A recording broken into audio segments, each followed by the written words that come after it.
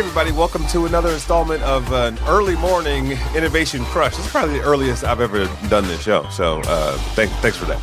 Yeah. I have a little sleep in my eyes, but don't mind that.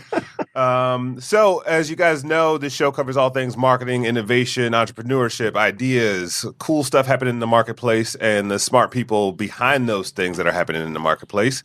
And I want to first introduce my special guest co-host in a fancy denim shirt and fancy socks. You came prepared this morning. I did.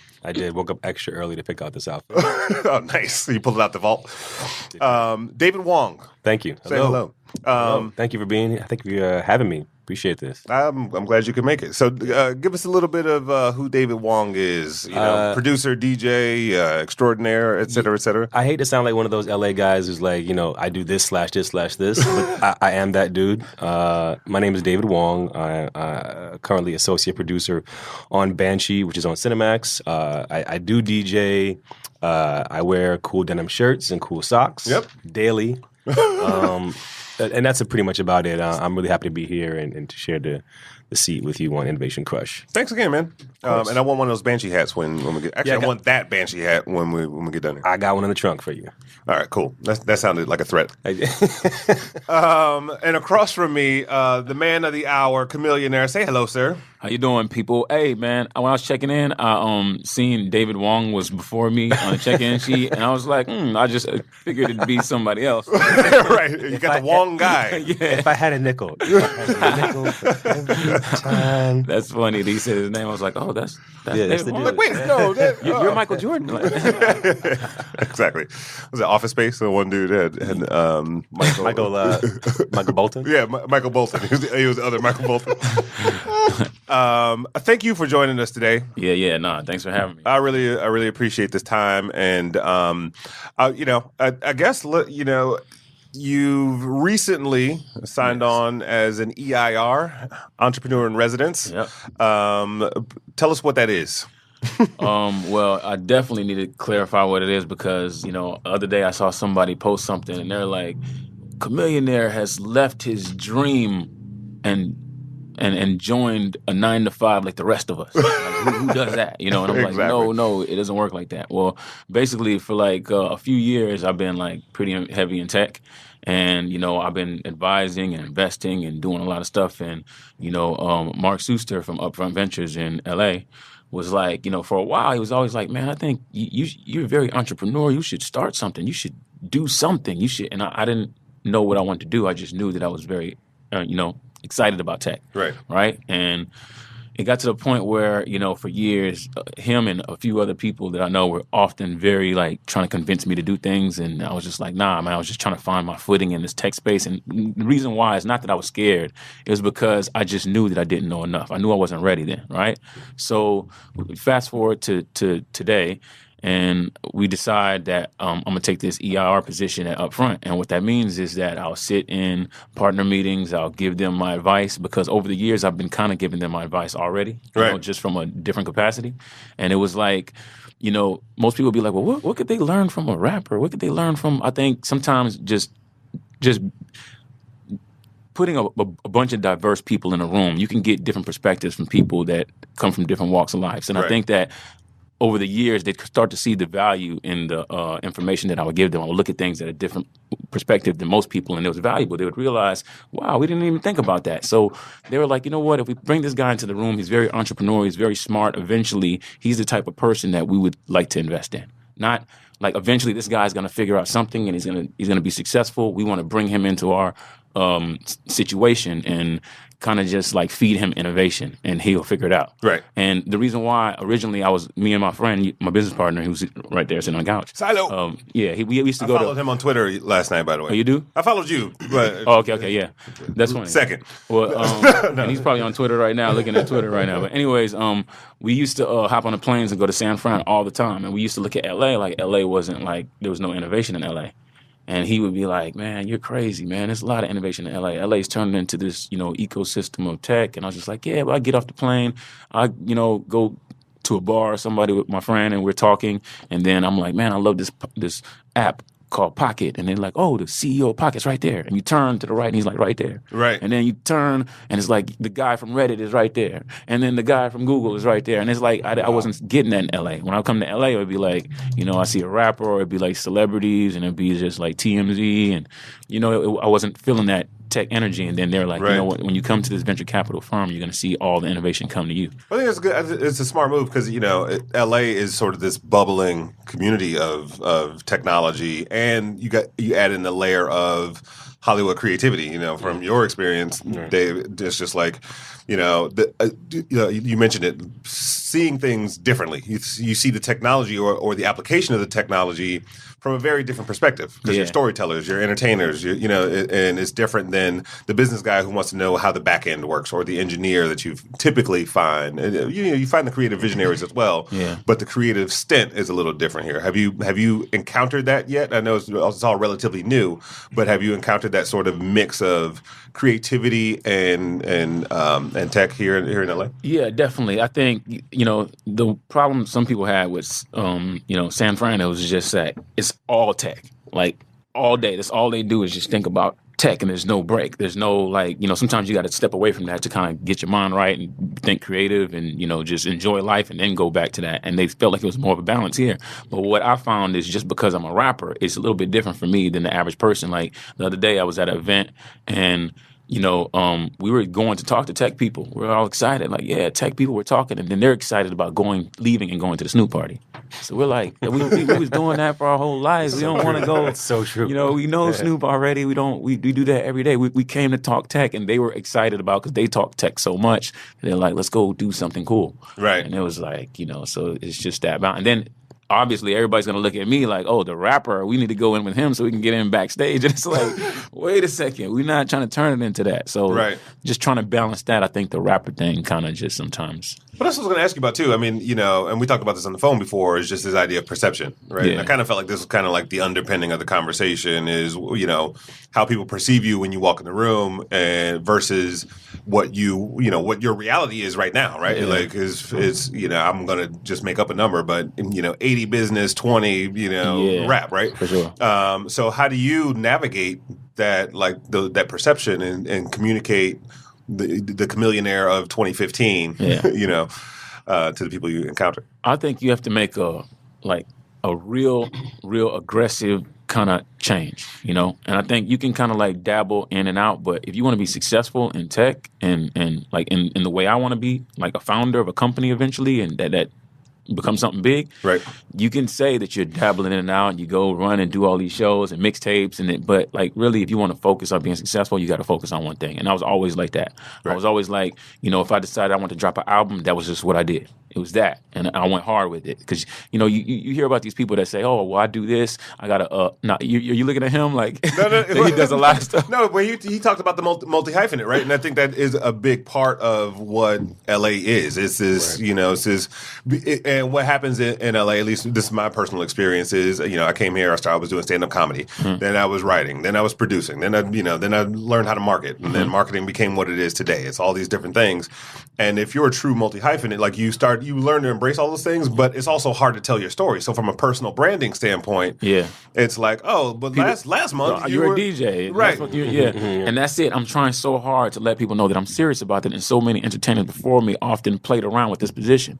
They often will, I really want to be involved in tech, and then 10 minutes later they're not. They're doing something else, and I'm like, no, I really want to be involved in tech. So you see me at the tech conferences, you see me talking to VCs, and you see like I'm so deep. I'm investing, I'm advising, right? Like that. There's no commitment you can make more than saying I'm going to give you my money because I believe in this stuff that much. You're diving in. Yeah, and it's like there's so many people that's like, I like tech companies, I want to be involved, and then when it comes time to cut that check, they don't want to cut the check, Right. So I believe that much that I'm willing to put my money on. Well, I got a tech idea.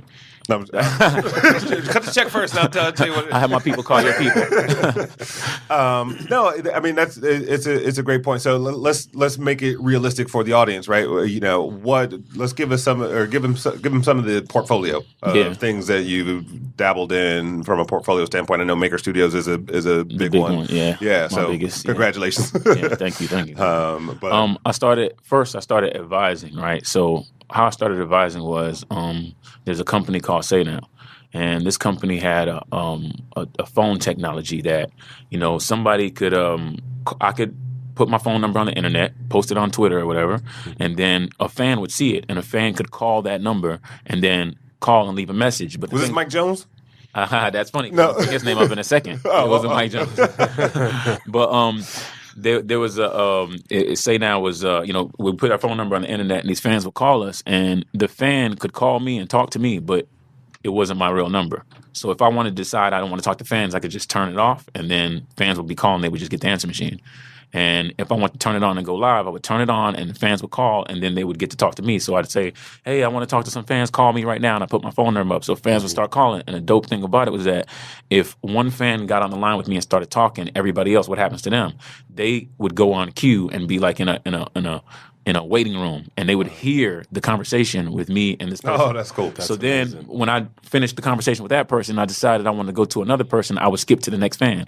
And then the person would be waiting on the line, and they would just start screaming like, ah, like, Because they know they're next. Because they know they're next, Right. So it kept on going, and then these people could follow me on this line. So I'd have 100,000 people follow me, 200,000 people follow me, and instantly, if I want to send a voicemail message to all these people or a text message to all these people, I could do it instantly. So I would like do things like crash MTV or something. Like I would be like, hey, they're posting an article about me. I need everybody to go right now to this link, and I would say something, and everybody would go, and then these websites would be like, what is Chamillionaire doing? Like, well, how is he getting all these people to come do all this? And it was because I had this audience of people that I could activate instantly, right?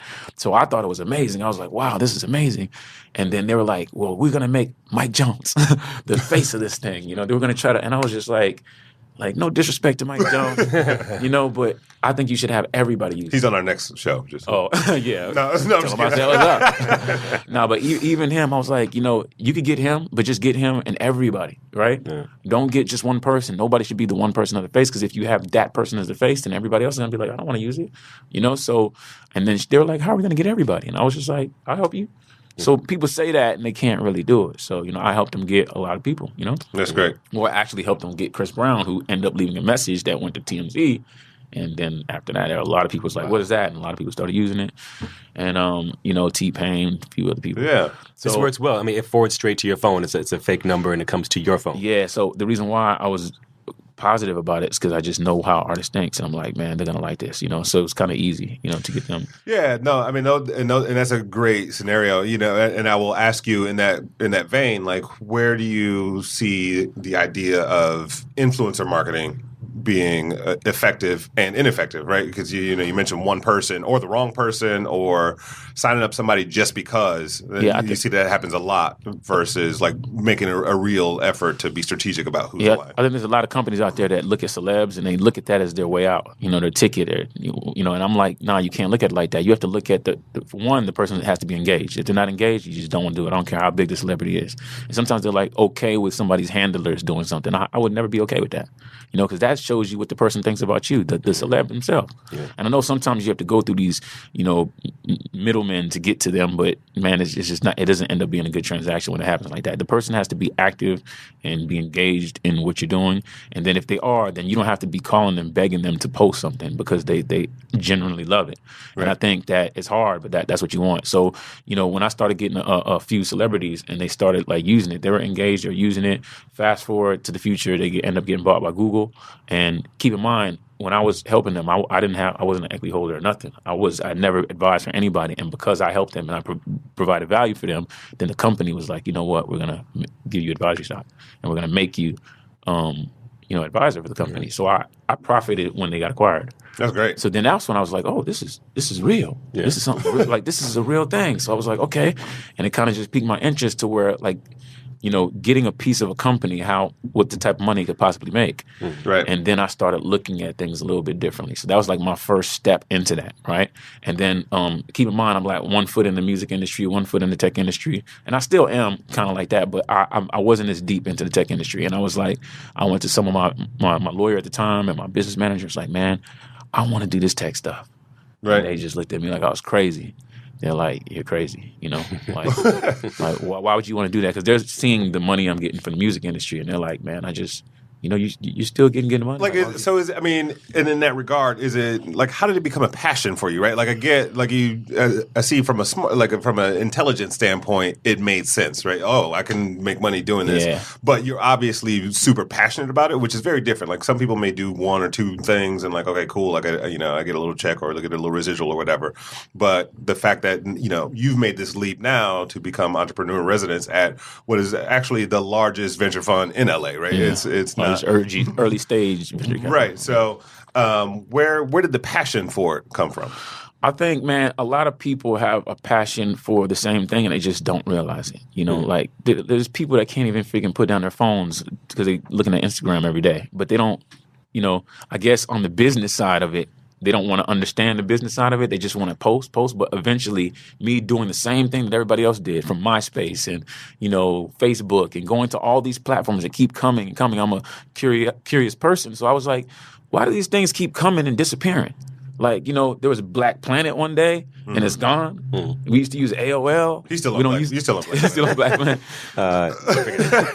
We used to use all these things and these companies, and then I would have issues and things that there's always something wrong at one of the companies. And I'm like, man, how come I can't contact somebody directly? That used to bother me. Like a while back, I had got my MySpace up to 1 million, and then like they had a hack or I don't know, something happened. Oh, yeah, I remember that. I lost like 200, 300,000 people like on mine.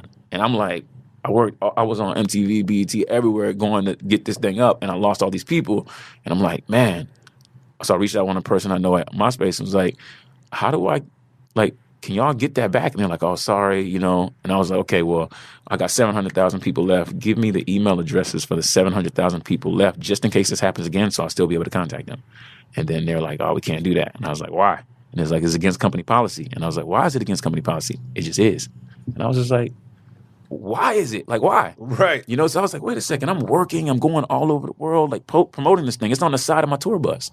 Your destination, and I'm working for you now. And I was like, I started looking at things a little differently, and then Facebook comes along, and Facebook, everybody's using Facebook. And I'm like, okay, this is where everybody's at. Let me go to Facebook.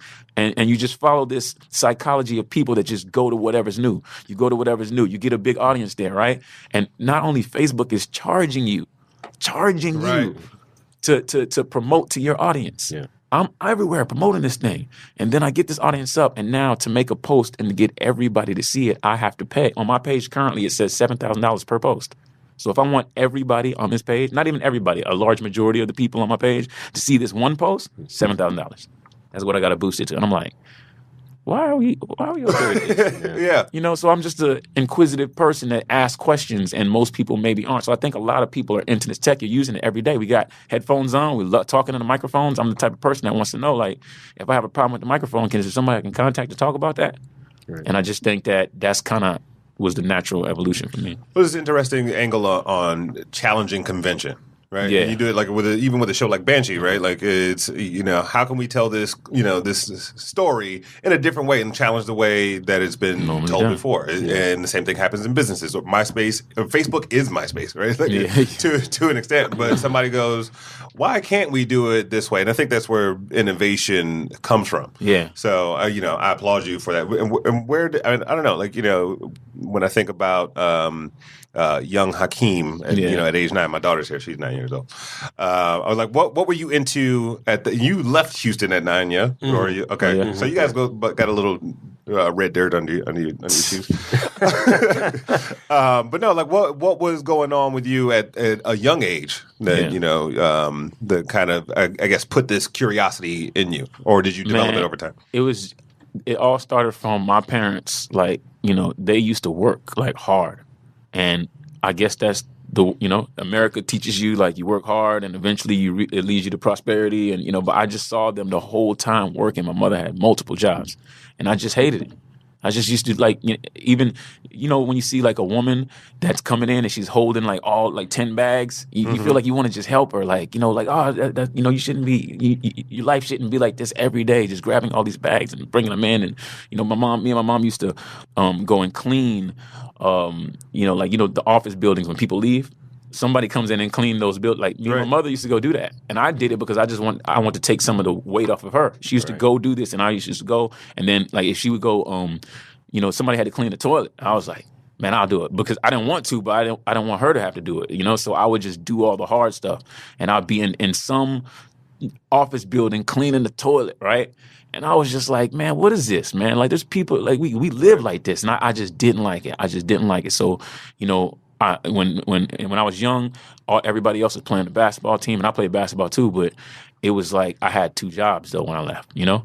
I was like, you know, working at Kroger's, you know, like picking up the carts in the right, the shopping carts. yeah, you know, I was doing that, and then I used to be it used to be little things that just, you know, I would do all this work, and then some lady would have me like bagging all this stuff, and I would just look and close the door, and she'd be like, "Thank you," and walk off. I'm like, "No tip? Like, what? No tip? Like, are you serious after all that?" You know, and I would be like, people in Houston are so nice. Yeah, they are, man. They used to be, man. I could tell you stories, man. I used to be like, man, I always remembered that. So it kind of affected me in life to where now I remember myself being in that position. When I see somebody, I give them a tip. Like, even all my boys, when we check out of like hotels or Airbnbs, whatever, I always like leave a tip in the room.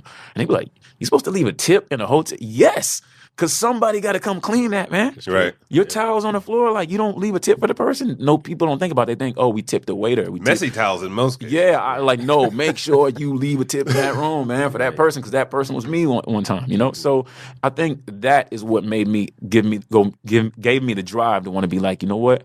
I gotta be the business person here, because this ain't right, you know. So I started figuring out things to try to get myself out of position, because I came from 2 worlds, like my dad and my mom. My dad was Muslim and my mom was Christian, right? So yeah, that's deep, right? So yeah, exactly. That's so really. They ended up getting divorced, and when they were living in 2 different worlds. So at first I was living with my dad, who was living in a nicer neighborhood, and then I ended up getting kicked out, and then had to go live with my mother. Right. So when I lived with my mother, it was a big contrast. You know, she's living like, you know, poor. You know what I'm saying? Right. Like, I mean, like, people like getting shot next door, a neighbor got killed, like, you know, just bad, you know? So I was like, and my mom, she looks at the world in this positive light. So she was always like, oh, it's not that bad. She always used to be like that. And I used to be like, man, we're getting out of here. I remember my next door neighbor one day, I was coming home from doing an event, because I used to promote and pass out flyers, and I'm thinking I'm doing this for like $100. Like, I'm out the club, people shooting at the club, crazy stuff's happening, and I was like, man, why am I doing this? And I was just for $100, you know? And then I would come home. I came home like 3 a.m. I got like knocked on the door. went home, opened my door, went inside, and then I was just like, went to sleep. Oh no! But before that, before I was coming home, I was in the hallway, and it looks kind of like the project. So, you know, there's this hallway door that I'm walking past, and somebody opens the door and looks out, and he's got a hoodie on, so he closes the door. So I have to go in this door to go up the stairwell to get to my apartment. So I know what that is. When I see somebody with a hoodie, I just tuck in my chain. I like take off my watch real quick, and I walk through. And then right when I walk through, I see 3 dudes just sitting there looking. They all got hoodies on, and I give them the what's up, and none of them say what's up back. So I'm like, okay. So I get to the top of the stairs, and I'm like the best person in the world at running super fast on my tippy toes, quiet. Like, I'm the best. So I just ran. That's a skill. That is a true skill. I was the best at that moment, right? So I on my tippy toes ran real quick, open the door, bam, get in, close the door, and then I just looked out the peephole and just waiting. And I see them just passing. It's like right behind me. Right. So I'm like, I don't know what they was trying to do, but I felt like they was about to jack somebody or do something. So then I waited for a little bit. I didn't hear nothing, and I went to sleep. And they started singing.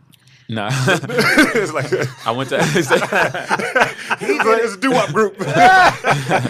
so I went to sleep, and then early in the morning, police came knocking at the door real loud, and then I like opened the door like, what's up? And it was like, you know, did you hear any gunshots at this time? And I was like, what? I was like, nah. So I walk out the door and look, and the next door neighbor's door is open, and I walk, and there's like red tape and everything, all these people, and there's like blood all over. Oh, wow. My next door neighbor gets like killed.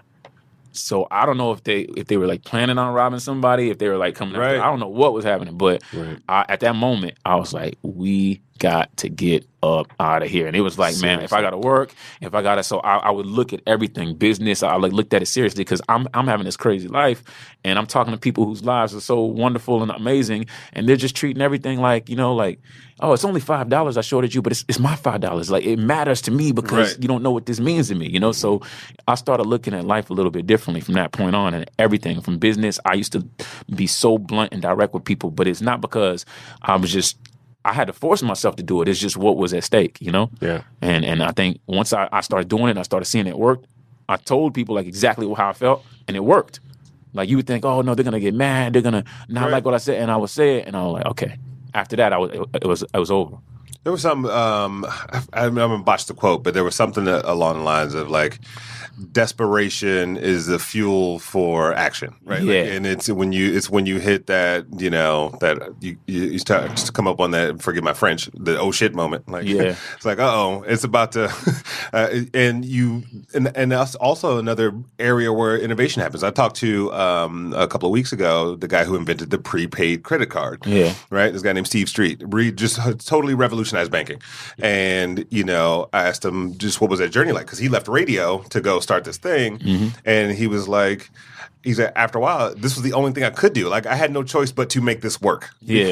And it wasn't working at first. Yeah. And he was like, I had some savings, I had some, and that was dwindling. And then he just really fought to make it work. Yeah. And I think that combined with your sort of natural curiosity is for sure. It was that desperation plus my curiosity that made me actually. There's moments and forks in my life where I could have went right, and I was like, nah, I gotta go left. Even though I want to go right, I'm gonna go left because this is the only way I'm gonna make it, And I think you kind of sometimes have to have your back against the wall, because when you do, you do things that you didn't even know you were capable of. Right. Like, it was moments where I was like nervous about things, like, man, I don't even know if this is gonna work, and I would just do it, and it would just work. And like, even what it took for me to become an entrepreneur and start selling mixtapes, like, I had to actually leave a label that was actually good and go do this by myself, and like have confidence in myself that I was going to be able to do it to the same level that they were doing it. And I didn't. But I just did it because no matter how long I stayed in that position, I wasn't making money. I was paying dues. I was doing all this stuff, going across the state and doing shows and not making no money. And I had to make money. I would go back and watch my mom eating cereal for dinner. And I would just be looking at that like, oh, I'm this rapper that's popular in the city. And I'm like, not making no money. And I was like, you know what? I'm done. And I was just like, would say stuff like that, cold turkey. People would be like, yeah, right. Because most people say that, they don't follow through, and I'll be like, oh well, no more fame for me. So go ahead. So what was the defining moment? And I know that helps a lot with a lot of rappers. I mean, that is a story that we hear a lot with folks that are in the business, whether it's entertainment or whether it's trying to become a lawyer. There's that one defining moment that's like something clicked. This is what I need to do. And for you, you guys are selling tapes. You guys, mixtapes in Houston are obviously huge. Yeah. I just went to the guy's screw tape shop like years ago. My first time being there. But the point I'm trying to make is that there's something that you guys are doing out there, I think, that's different than what people are doing out here. Yeah. Can you touch on that just for a moment? Like, because I feel like people doing that kind of same thing in Los Angeles isn't the same thing people doing it in Houston. Yeah. There's a different drive. There's a different mindset of like, here's how we can make money. Yeah. Can you touch on that for a second? I think so. In so many other regions, they have resources. They had resources at the time. We're like little old people used to look at us like we used to ride like horses or something. Like it was just a country in Houston. Like, what y'all do over there? It's not like y'all got buildings. Like, what do you mean we got buildings? Yeah, we got buildings. But they used to look at But the reason why that perception was there is because you look at New York and they had the buildings, they had the labels, they had the distribution, they had everything. And LA was the same way. And then in Texas, it was just like just grass, right? So because we didn't have as much resources, we made our own resources. It's kind of like they put you on an island. You're gonna find a way to make food. You're gonna find a way. That's kind of what we did. Mm-hmm. So we had to do it the hard way. We had to it's not go walk into some building and give them our mixtape and they press it up. We had to press them up ourselves. We had to find the money. We had to learn how to be entrepreneurs. We had to who we gonna sell them to? We got to physically sell them out the trunk to people. But we had role models and people that came before us, like Master P, who we saw do it. So we knew it was possible. So we're like, oh, Master P, he sold all these hand to hand. We could do that too. So we would do that, and we would invest in ourselves pretty much. We didn't have people to invest in us. And some people, everybody does this. Everybody's trying to be a rapper at the time. And why do we break through? The reason why we broke through is because it was a little bit more of an innovative approach than everybody else, At the time, there's screw tapes, right? And everybody's using tapes, and then Michael Watts is doing them on CDs with more clarity, and it was a little bit different. There's people that like screw, but there's the quality's not there, and then he had a little bit of more quality. Right. And then from a rapper standpoint, everybody was rapping a certain way, and me and Paul Wall at the time were rapping a little bit different. Like, he's a white guy, I'm a black guy, that already was different. Mm-hmm. So then we have a different approach on lyricism when everybody else didn't have the same approach we have, and that made us stand out. Because the thing is, there's a million people trying to do things. You have to stand out. The people that stand out are the people that kind of people flock to. So the moment I had that aha moment, or that I got it moment, is when I was at Swisher House, and Michael Watts is the CEO of this label. We're super popular in the city. We were selling all these records independently, everything, and I'm not making that much money. And I keep on going to them like, man, when I'm going to start making money? Oh, man, you got to pay your dues. There's like 13 other rappers that came before me, and they're on the label. Get in line. Yeah, so we like, all right, we waiting, we doing shows, we still like doing this. And then one day, I go out and I see these, it's mixtapes, they're hand to hand. But then we're in Denver, and I'm in Denver, and I see the CD that I'm on, right? And I look at it, it's in Denver in the store. And I'm like, this isn't hand-to-hand anymore. This is like something else. How did this get into Denver, Colorado in a store? And they're like, oh, we got it from this distributor. What distributor? So I realized, whoa, this is now turned to something else where it's being distributed across the nation. And that wasn't by horse. Yeah, exactly. So then I was like, nah, man, hold up. So I started talking to Paul, like, yo, we got to go to the CEO. We got to talk to him and tell him, like, you got to pay us. None of this, we're already on there. There's a bunch of money being made, and we deserve a piece. And he was like, man, I don't know. You can't be saying all that. You're going to get us kicked out of here. And I was like, all right, no problem. I'm going to go say it. Right. You know? So I went to the CEO of Swisher House and was like, you know what? You got to pay me $10,000. And at this time, 10,000 is like saying you got to pay me 100,000, a million or something. He's like, you crazy. You got, like, no way. He's like going off. Like, I'm like, all right, I'm not rapping again until you give me 10,000. And he was like, so now this is my value. I know what my value is. You might not think I'm worth 10,000. That's my value. And if I'm not, you can say no, I'll leave. And this is the poker moment where we're bluffing each other, right? But I'm not bluffing. He's looking at me like, yeah, right. So he calls my bluff. He's like, no. And I said, all right. So I left. And my boy's like thinking that he's about to be in Swisher House and still there and become big. And I'm about to get pushed to the curb. And like 2 weeks passed, dude didn't even call me, talk to me or nothing. And then eventually he just called me. He was like, all right, I'll tell you what. I'll give you half of it now and the rest of it installments. And I was like, all right. So I got 10,000. I was like, and at the time, it's a lot. Like, I'm right. the guy that was getting $100 is like $10,000. And I'm like, oh. So then my partner, he was like, Paul Wall, he's like, I'm going to go get 10,000 too. You try to go tell him and watch. It's like, nah, you ain't getting Get out of here. Get out of here. You're not an innovator. You're second. So at that moment, that was the one moment where I got the biggest check that I had got personally from anybody, right? And then I was like, oh, now you created a monster. Because everybody, everywhere, I was like, I would bluff them and say, and I would just give them like this straight look, like, and not bluff. Sometimes I would lose, but most of the time I would win. Well, I think that's also like the solopreneur just journey, right? Yeah. You don't necessarily have a big company behind you, or even in production, right? Or, in entertainment business.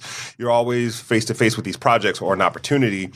And, either you're going to sacrifice the opportunity cost, right? There is a value to you going around the country doing shows and doing what you do. But then you're like, oh, there's actually real money that could be made. Yeah. And where do you draw that line? Do you still experience that now? Like, let's fast forward to to today, and even in the business world, when you have a vision for something, how do you navigate giving up, something for an opportunity cost versus, all right, like I know the value of my position and my idea or my insights. I think I'm definitely not telling people like, if Google is sending you an offer for $1 billion to buy your company, to say no. But for $2 billion, it's not like that. It's like I was in situations where it just wasn't fair at all. Like it was nothing fair about it whatsoever. It wasn't like I had a promising opportunity, a promising offer or something. It was like nothing. And to me, I was never comfortable. There's so many people in this world that are comfortable watching people do something and giving them that was the whole thing that I was talking about when I said that when you have to leave a tip in the room. Because if you're comfortable with seeing somebody work hard for you and then not give them anything, that to me, I have a problem with that. And so many people were comfortable with me coming in and doing something for nothing. And I can understand that somebody's going to give me something or make me believe that this will eventually lead to something. And people often say that. Oh, yeah, you start off and then eventually, how long am I going to intern? I'm cool with interning. If I want something, cool. I'll start with no money, even though I need the money. Right. But how long? If the average, internship is like a year, and then you got me here for 5 years, it's kind of like, nah, man. Time is passing, man. We're not getting younger. So I look at it like that. Every situation, if somebody is saying something that I believe is fair, and a lot of times I'll check, I'll research. The other day, what was it? Volkswagen Global reached out because I handle all my administration for, the music industry still. I don't have a manager or anything. Everybody's reached directly to me, and they had a commercial they wanted to do or something with my song.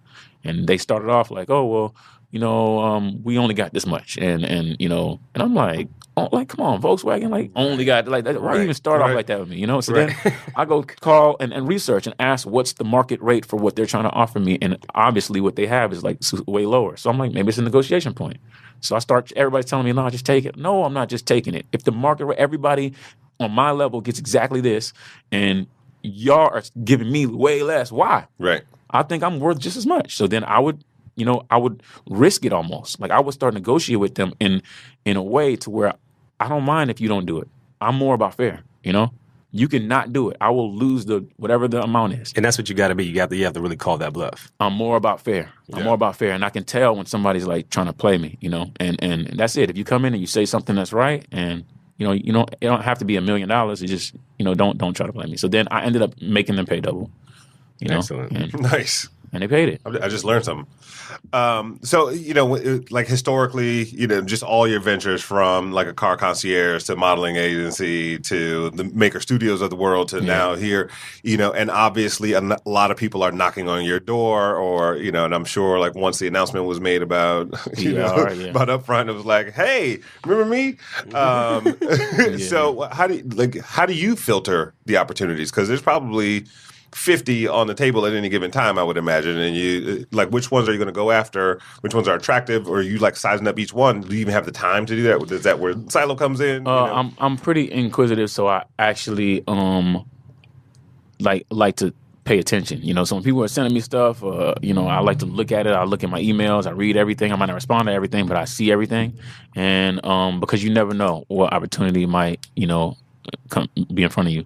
But I will say it's very difficult to weed through and find stuff that's good, because the people that are the most the vocal people are not necessarily often as good.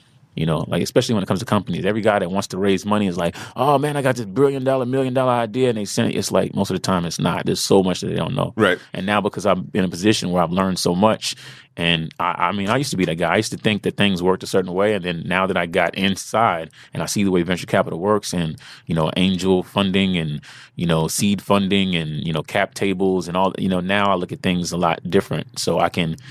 What I owe people is the information. That's what I think. So when they hit me, I could just ignore them, but sometimes I'll tell them what's wrong with it, or tell them, hey, this is what you should do. Now that's time consuming, because you end up spending a whole bunch of time trying to educate people. But that's interesting, because it's super fair, right? Because a lot of times when people get a no, they don't get the feedback that they need to fix it. Yeah. Right? Like even when you look at scripts, like I pass.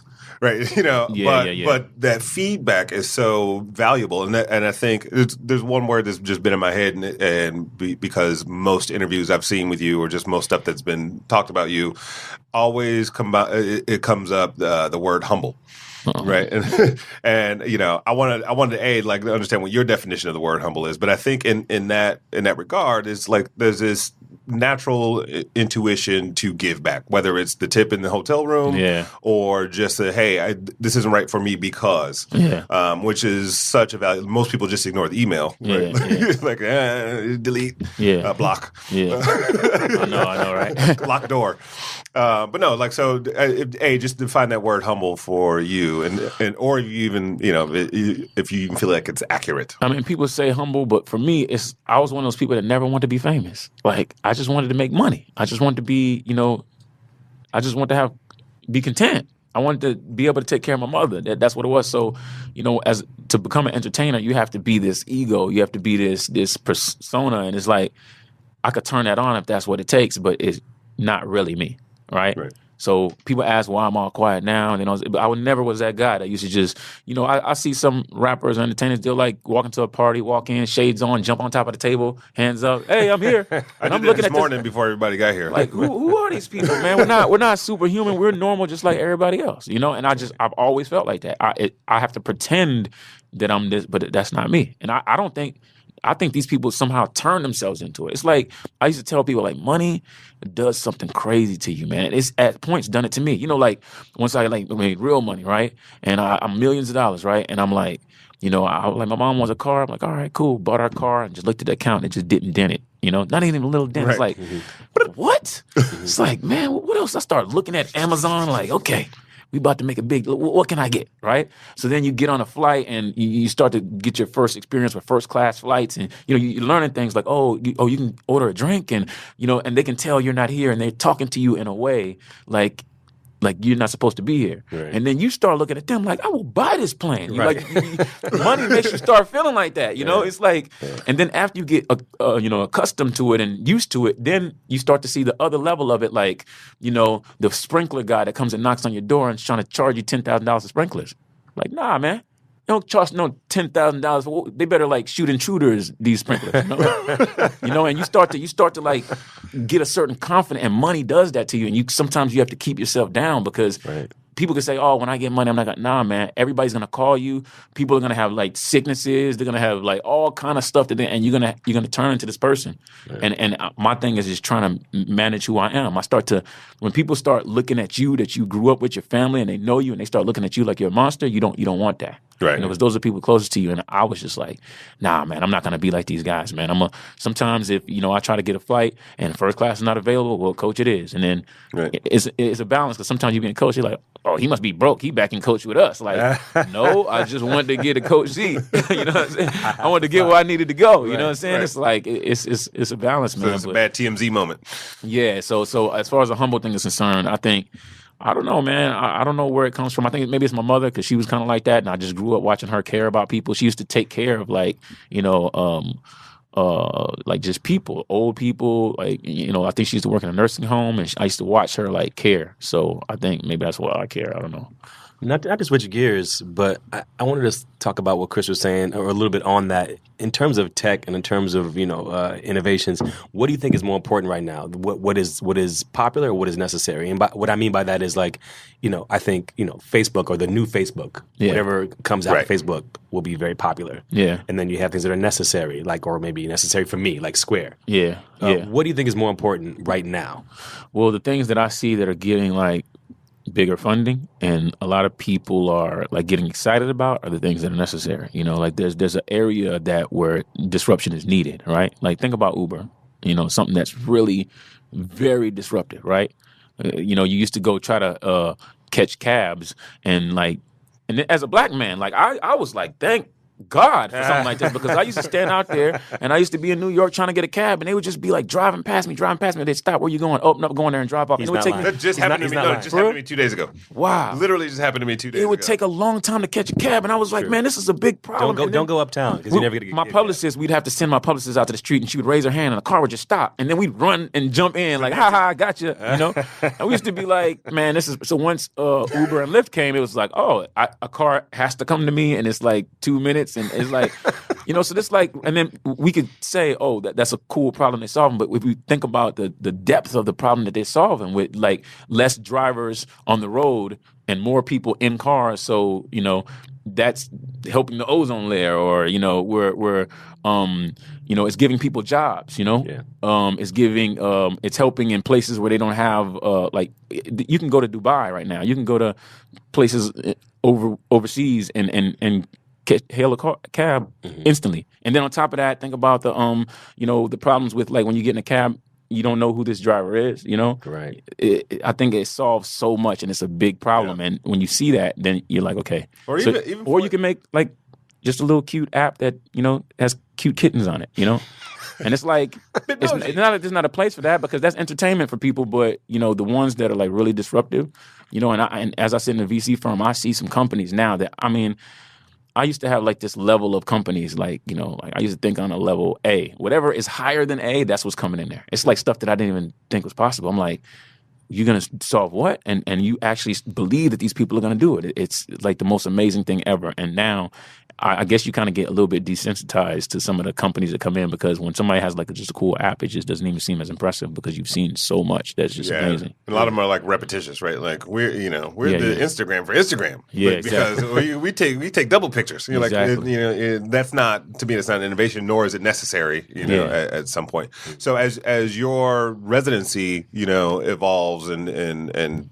begins to take up time, what where's your head at in terms of designing an organization? Like, where are you thinking? Are you thinking in terms of teams, empowerment, solving some of those big macro problems that you just mentioned? Yeah. Is it more on the, and also, I just to throw this in there, I don't always look at innovation as technology, right? Like, something fun I've been obsessed with is like daybreaker dance parties, right? Like people getting up at 6:30 or showing up at 6:30 someplace to party for 2 hours and that's before just they go to work. different than the way things It's are super normally done. different, right?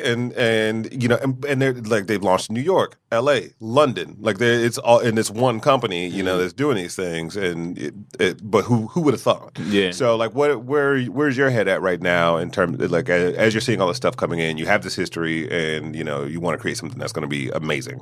Yeah, I think what you just said is kind of what I'm like in the immediate future is the way I look at things. Like, I'll look at something come in and I'll just think of a different way to do things. Because so many people are stuck in this box, right? And it's just like this list of things that they just check off. And I just often think outside of that list.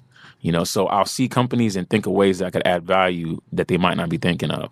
Or I'll see ideas and think of, hey, maybe you could possibly do this. And the good thing about this is that when I was in the music industry, I used to, and I'm still in the music industry, but when I was deep in the music industry, I used to go to record labels and say things creative, and they would always block the innovation.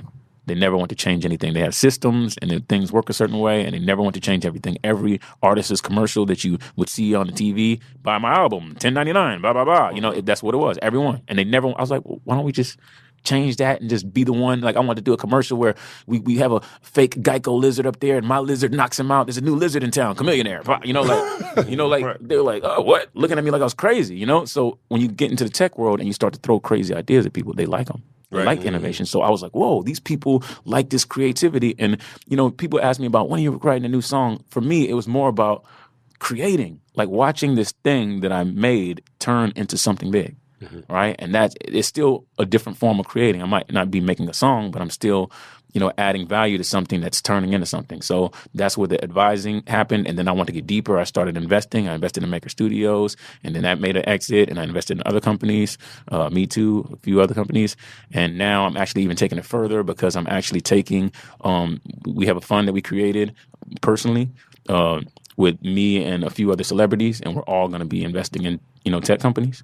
So it's like, I'm trying to bring these people in. Like, look, this is what's going on here, and not trying to like keep them in the dark. I could just do this by myself, make a bunch of money, become wealthy, and not say nothing to everybody. But I have an obligation to tell people, give people this information, making a blog so that people can have the resources to actually know. Because so many people from the world I came from didn't have that. So that's like my immediate goal. But in the long term, I will eventually be a founder of a company.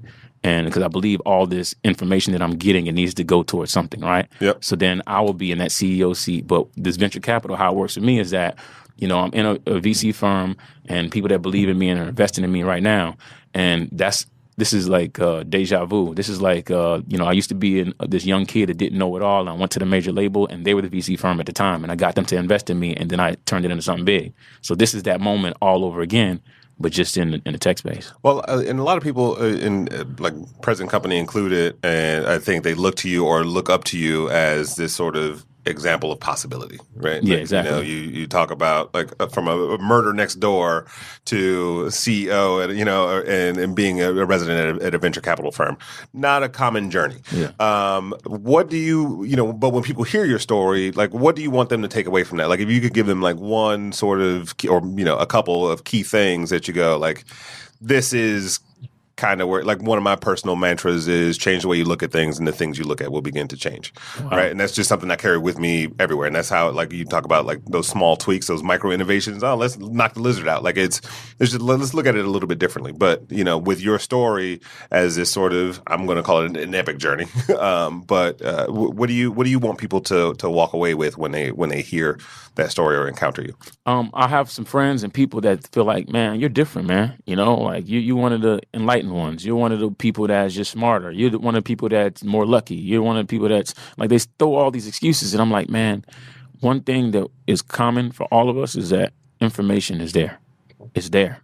You just have to want it. You know, if you want to be a lawyer, there's some people that go to school and do all this stuff, but there's information there. You might be able to just become as smarter than the other person just by going and getting the information faster. So where's the information at? Where do you find it? Let's find out where we get this information for. Like if you're doing a job right now, and you know, I used to say that people would do a job and they'd be like, man, I can't make no money. And like I often think like, why did you go this way? What in your life made you be like, I want to go become this job, right? And they'll say, well, you know, I just heard that, you know, but did you research all the other options, all the other possibilities? How much does an engineer make starting salary? How much does, you know? And my family, we're the type to do that. We're the type to do the work and want the information. So I think that can lead you, I don't know, somewhere to success. And everybody's not going to be a basketball player. Everybody's not going to be a rapper. But let's, you know, and even when I was trying to be a rapper, I was okay, if I don't, let me do this job and maybe this job will lead me here. And I'm not talking about the American dream of like, oh, go to college and you're going to end up getting a job. And my parents did that. My parents ended up with like Sally Mae loans, student loan, like owing a bunch of money. Like, you know, that's not the journey for everybody. And some people aren't built to be entrepreneurs. But whatever you're trying to do, there's information there that you have to go get. If you're trying to get a restaurant, go find information about it so you know. Go talk to people. Get as much information you can so it heightens your chance of success. Because a lot of people trying all kind of things and they fail. Man, some of my boys, they've tried every business and they possibly could have been successful at one of them, but they're just going into it. They're just diving not with no information. And when you talk about information, oh man, I'm not trying to read all that. I'm not, you know, like what? Right. You want to be successful? I don't care if you read. I don't care if you go take a crash course with your buddies. You got to get the information. I just think that there's information out there, and I'm upset at myself because now at this point I'm learning at such an accelerated pace. All the other time I was wasting time. I was wasting time doing all the other stuff that I thought I had to do. Right now, I just got on Instagram like 2 weeks ago. Because everyone's like, why? They thought I was an alien because I was on Instagram, man. I just know how it works. You get on there, you're looking at pictures, and next thing you know, you're just looking at pictures all day, and you're looking at cute chicks and looking at funny. Like, time is valuable to me. Yep. Every minute of the day, I am using it to try to progress, but because there's people that depend on me, right? Maybe everybody else is not going to have this same, you know, there's people that come from good, you know, families and they don't have the same pressure. But I can't afford to fall off because there's too many people that aren't enlightened like me that like depend on me. Right. So I think that's, for me, I think anybody could have that. Anybody could go out and find information on what they're, like, if you want to get involved in tech, find out who the top tech VCs, tech websites, and follow them. Read them.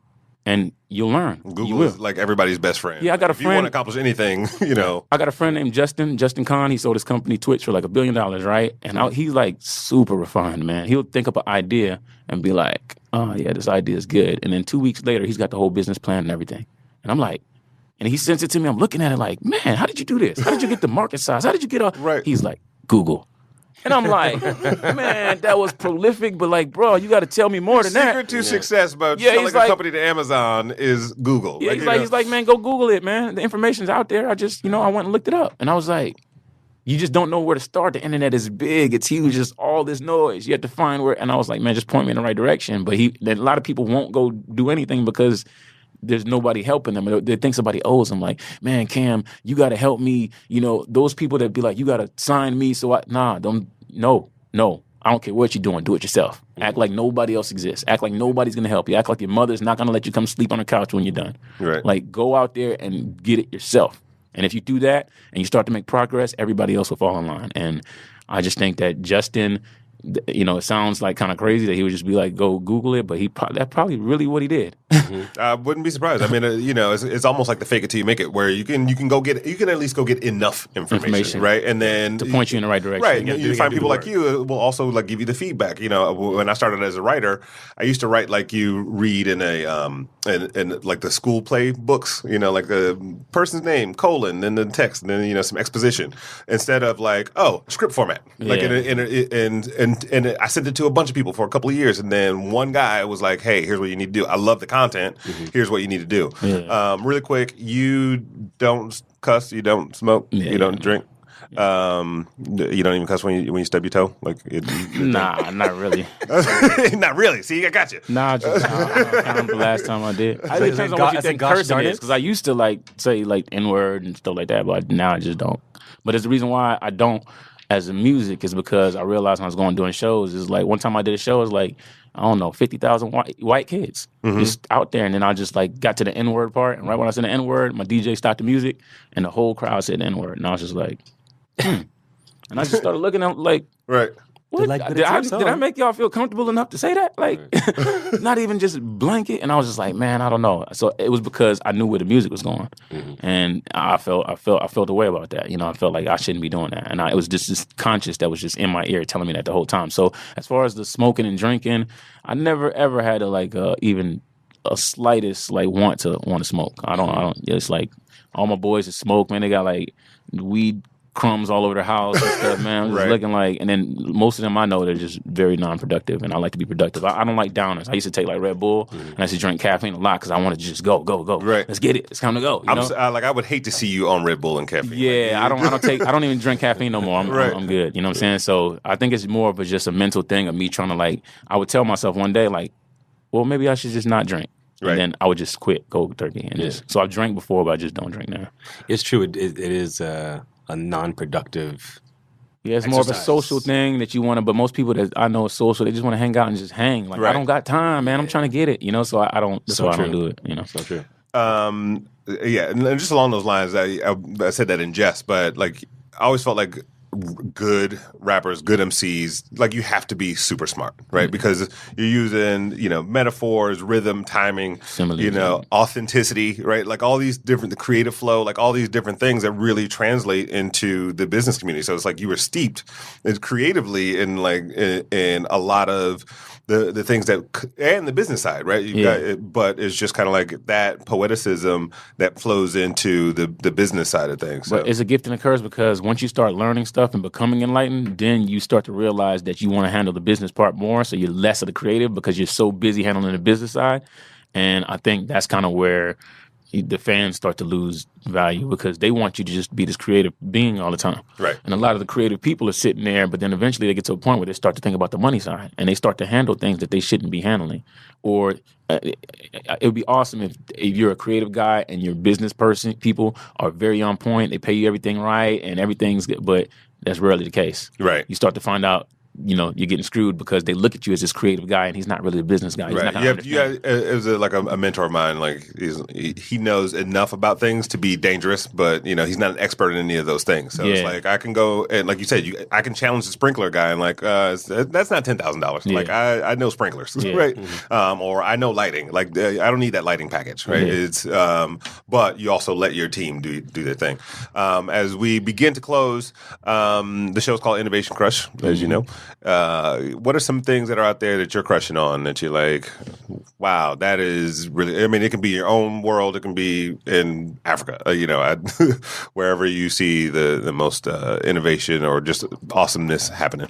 Well, honestly, man, I was a little bit nervous about coming into the venture capital firm because I was like, man, what, they gonna try to turn me into VC? I'm gonna be in a suit. I'm like, I don't want to do all that, So then when I got up in there, I started to see that there are people that are really trying to change like real things about the earth. Like there's people a guy that I don't even know if I can tell about his company, but there's people that are doing things that they feel like, this earth is going in a place that is going downward, and most people just can ignore it.